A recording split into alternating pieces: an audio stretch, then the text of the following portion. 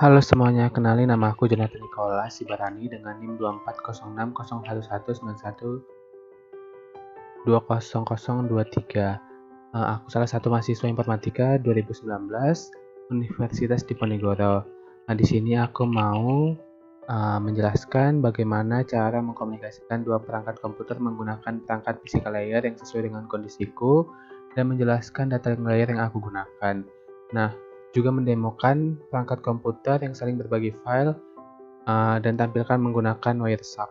Nah, di sini aku menggunakan WiFi. Ini aku menggunakan dua laptop. Ini laptop pertama dan nanti ada laptop kedua. Nah, di sini sebelumnya aku ingin menunjukkan bagaimana dua laptop ini saling berkomunikasi. Mungkin dengan cara ngeping satu dengan yang lainnya. Nah, lalu aku menggunakan perangkat komputer berupa inputannya itu keyboard dan perangkat komputer outputnya itu berupa layar ini. Nah, di sini sebelum aku menjelaskan, aku ingin memohon maaf terlebih dahulu jika nanti banyak kesalahan kata ataupun penyampaian materi karena aku di sini hanya seorang pelajar yang sedang belajar, bukan ahli dalam bidang ini ataupun profesional dalam bidang ini. Nah, di sini aku menyampaikan landasan teorinya dulu. Di sini dalam konsep komunikasi suatu jaringan komunikasi data suatu jaringan komputer, ada mekanisme pengiriman data dari komputer sumber ke komputer tujuan di mana proses pengiriman pakai data sampai dengan benar komputer yang dituju. Tentunya dalam proses pengiriman yang terjadi tidak semudah yang dipikirkan. Alasan pertama, komputer tujuan berada jauh dari komputer sumber, sehingga pakai data yang dikirimkan bisa saja hilang atau masuk di tengah jalan atau rusak di tengah jalan. Alasan kedua, komputer tujuan sedang menunggu atau mengirimkan pakai data dari atau ke komputer yang lainnya. Tentunya pakai data yang akan dikirimkan diharapkan sampai dengan tepat tanpa kerusakan. Untuk mengatur mekanisme komunikasi data tersebut dibutuhkan pengaturan proses pengiriman data yang dikenal sebagai protokol. Protokol di sini adalah sebuah perangkat lunak yang melekat pada setiap sistem operasi tertentu. Nah, di sini karena aku menggunakan WiFi, maka kita buka WiFi, kita start, continue. Nah, di sini aku mau coba di sini aku mau config-nya dulu, aku cek berapa. Nah, itu ini 192.168.16. Nah, sedangkan nanti aku tampilkan yang laptop kedua berapa IP config-nya. IP config-nya itu 192.168.1.1.3. Nah, di sini aku mau coba ngeping laptop yang pertama. Laptop yang kedua mau aku ping 192.168.1.3. Nah, di sini ada ping. Nah, bisa dilihat di sini terjadi di sini source-nya itu atau sumbernya itu 192.168.1.6.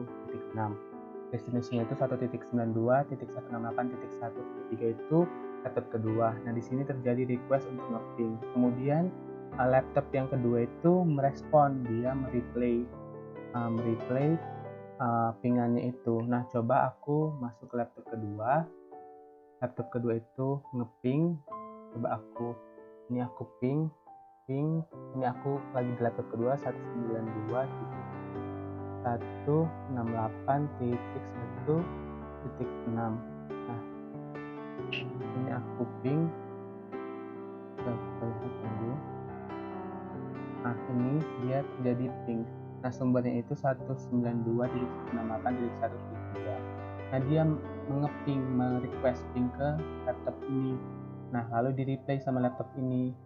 Di replay dengan ini. Nah, berarti di sini terjadi komunikasi antara laptop 1 dengan laptop 2. Nanti aku tunjukkan bagaimana mereka mengeping di laptop 2. Lalu di sini aku mau menjelaskan tentang data link layer.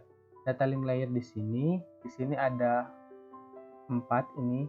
Di sini yang sebelumnya aku mau menjelaskan di layer itu ada 7. Nah, layer pertama itu physical layer. Physical layer yang aku gunakan itu WiFi. Kemudian ini layer kedua data link layer. data link layer di sini dia berfungsi untuk menentukan bagaimana bit-bit data dikelompokkan menjadi format yang disebut sebagai frame. Pada gambar ini merupakan data link layer. Dia frame dengan frame-nya itu 391, kemudian arrival time-nya sekarang itu 7 Maret, kemudian upload time-nya itu ini, time delta from previous capture frame ini 0, sekian second, time delta from previous display frame-nya itu segini, time since ini, kemudian frame number-nya 391 tadi seperti yang di atas ini, kemudian time length-nya 74 byte atau 592 bit, chapter length-nya sama juga, kemudian protokol yang digunakan itu Ethertype. Kemudian di sini ada Ethernet. Ethernet ini merupakan network layer. Network layer ini berfungsi untuk mengendalikan operasi subnet dengan meneruskan paket-paket data dari satu node ke node lainnya dalam jaringan. Nah, bisa dilihat di sini dia ada alamat tujuan dan alamat asal. Alamat tujuannya itu destination yang ini, lead yang ini, sedangkan alamat asalnya itu yang ini, source yang ini. Nah, kemudian di sini ada ini juga bagian dari layer network. Kemudian di sini ada internet control message. Itu merupakan bagian dari transport layer. Dia kan tadi ini merupakan bagian dari transport layer. Nah, di sini tadi untuk ini di beberapa kondisi di sini dia menggunakan TCP. TCP ini merupakan transmission control protocol. Dia merupakan bagian dari transport layer sendiri. Bisa dilihat ada beberapa TCP di sini. Nah, itu merupakan bagian merupakan dari transport layer. Nah, itu sekian untuk komunikasi layer. Selanjutnya aku akan menjelaskan bagaimana satu laptop dengan laptop lain saling membagi file. Selanjutnya aku akan melakukan proses sharing data. Ini aku buat contoh baru. Ini sharing data, kita buat satu folder sharing data. Nah, kita kopas dulu satu, misal yang ini, file yang ini kita kopas ke sini biar nanti ada tanda. Nah, di sini lalu kita buka properties, kemudian kita buka sharing, kita buka share, lalu kita add everyone, kita add, lalu kita buat read atau write, jadi dia bisa mengakses ataupun mengganti atau mengotak-atik filenya. Nah, di sini sudah kita sharing, kita done. Nah, ini kita close. Nah, di sini saya menggunakan WiFi Sibarani Home. Nah, tekan cekidot ke laptop kedua. Nah, di sini aku udah di laptop kedua. Di laptop kedua itu aku buka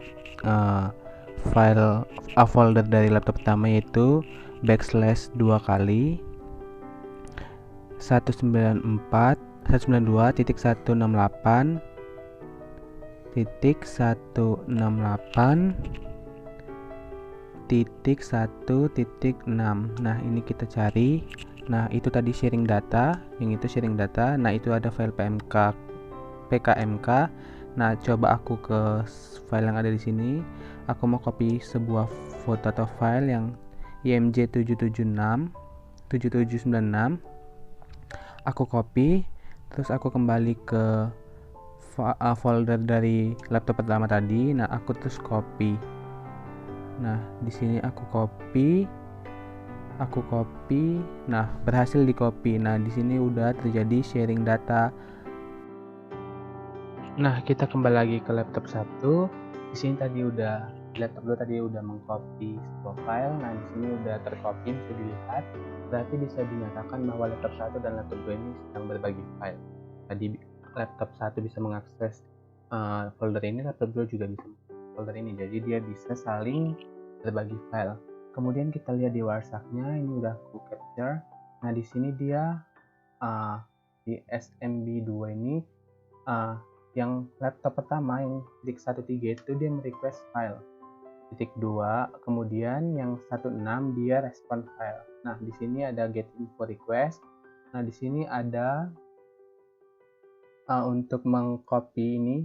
Jadi file yang ini img 7796 yang folder ini tadi, yang ini dia di copy, terus ini di requestkan, lalu direspon, lalu udah di copy ini, lalu nanti di cross respon, ini dia notifnya. Nah, di sini telah terjadi copy data. Nah, jadi bisa kita simpulkan bahwa ini berhasil untuk menunjukkan bahwa dia saling berbagi file. Nah, seperti yang saya jelaskan tadi, di sini frame-nya berubah lagi, dia jadi 495 dengan byte ini karena dia setiap aktivitas ataupun setiap hal yang kita lakukan di sini dia bakal berubah tergantung aktivitas atau apa yang kita lakukan di sini. Jadi ini tadi aku jelaskan frame ini adalah byte kedua, merupakan layer kedua atau data link. Tadi udah aku jelaskan Ethernet ini layer ketiga atau network layer. Kemudian ini yang transmission control protocol ini atau TCP ini dia merupakan layer keempat. Nah, bisa dilihat. Sekian untuk video kali ini, semoga bisa bermanfaat teman-teman. Masih ada banyak kesalahan kata karena kesempurnaan hanya milik Tuhan Yang Maha Esa. Sekian dan terima kasih.